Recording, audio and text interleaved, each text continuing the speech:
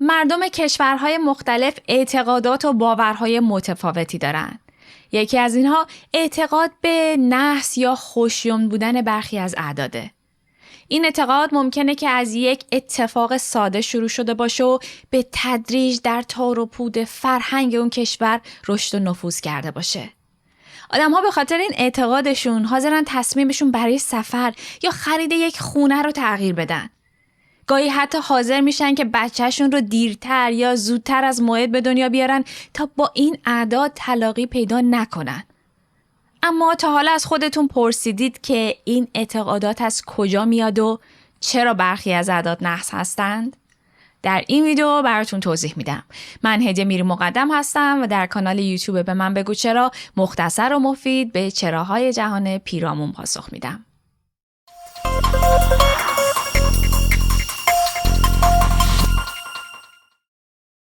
وقتی حرف از نحسی میشه اولین عددی که به ذهن ما ایرانیا میاد عدد 13. خرافات دور و بر عدد 13 اینقدر زیاده که اسم منحصر به فرد خودش رو هم داره. تریسکیداکوفوبیا. آپولوی 13 11 اپریل سال 1970 در ساعت 13:13 به فضا فرستاده شد. اما در 13 اپریل یعنی 2 روز بعد تانک اکسیژنش منفجر شد. اگرچه آپولوی 13 تونست به زمین برگرده، اما این هماهنگی با عدد 13 در خاطر مردم امریکا موند.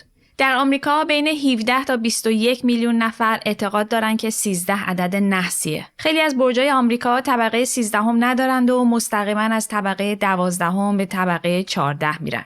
اما 13 چرا نحسه؟ احتمالاً به داستان نورس برمیگرده. 12 خدا در مهمونی شرکت داشتند و وقتی مهمون 13 هم اومد، یکی از خدایان مرد و در نتیجه اون اتفاقات بد زیادی افتاد. خرافات درباره عدد 13 به یهودا هم برمیگرده که 13 همین مهمانی بود که به شام آخر اومد و در نهایت به مسیح خیانت و اون رو تسلیم کرد. در چین و ویتنام، کره و ژاپن عدد 4 نحس به حساب میاد. علت مشخصی هم داره. در زبان این کشورها عدد 4 مشابه مرگ تلفظ میشه. سی. کشورهایی مثل سنگاپور یا مالزی هم که جمعیت چینی ها در اون زیاده عدد 4 رو نحس میدونن. در این کشورها بسیاری از بیمارستان ها اتاق شماره 4 ندارن. در هنگ کنگ بسیاری از ساختمان‌های بلند طبقات بین 40 تا 49 رو ندارن. خیلی از مردم این عدد رو در قیمت اجناس یا پلاک خونه ها حذف میکنن و محله هایی که توشون خونه یا عدد 4 ندارن قیمتشون بالاتره. یه سری شایعات هم در مورد میزبانی چین در المپیک وجود داره. چین برای میزبانی المپیک 2000 اعلام آمادگی کرد ولی میزبانیش قبول نشد. اما به جای تکرار میزبانی برای سال 2004 برای سال 2008 خودش رو نامزد کرد. یه سریا میگن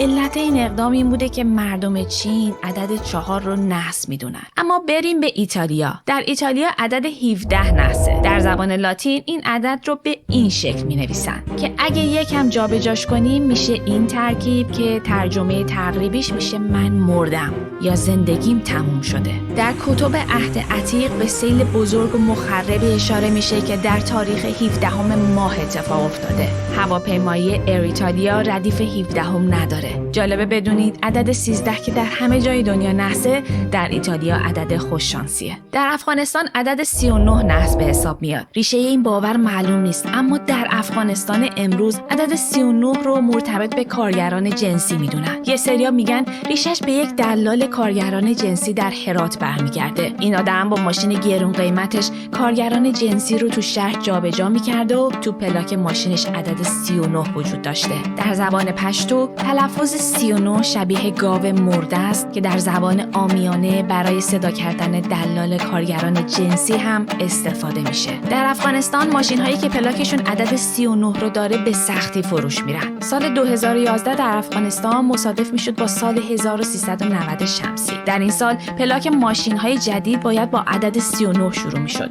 که خلاصه شده 1390 بود. اما مردم دوست نداشتن که این عدد تو پلاکشون باشه و حاضر بودن ماشین رو ثبت نکنن و جریمه‌اش رو هم بدن اما پلاکشون با این عدد شروع نشه. شده. اما برسیم به عدد 666 که نحس‌ترین عدد دنیا به حساب میاد. در کتاب مکاشفه یوحنا تعداد شیاطین 666 عدد نام برده شده. در طول زمان عدد 666 به موضوعات منفی متفاوتی مثل شیطان یا ضد مسیحیت نسبت داده شده. باورها در مورد نحس بودن اعداد به ریاضیدان‌ها هم سرایت کرده، طوری که عددی داریم به اسم The Belphegor Prime Number که نحس‌ترین عدد اول شمرده میشه. این عدد 31 رقم داره و از هر دو طرف بعد از یک 13 تا صفر داره. 666 نحس هم در وسط قرار گرفته. عدد اول بلفگور نامش را از شیطانی به همین نام گرفته که نماینده سستی در 7 گناه کبیره است. 7 گناه کبیره در الهیات کاتولیک گناهانی هستند که مجازاتشون دوزخه. اعداد یک مفهوم ریاضی هستند،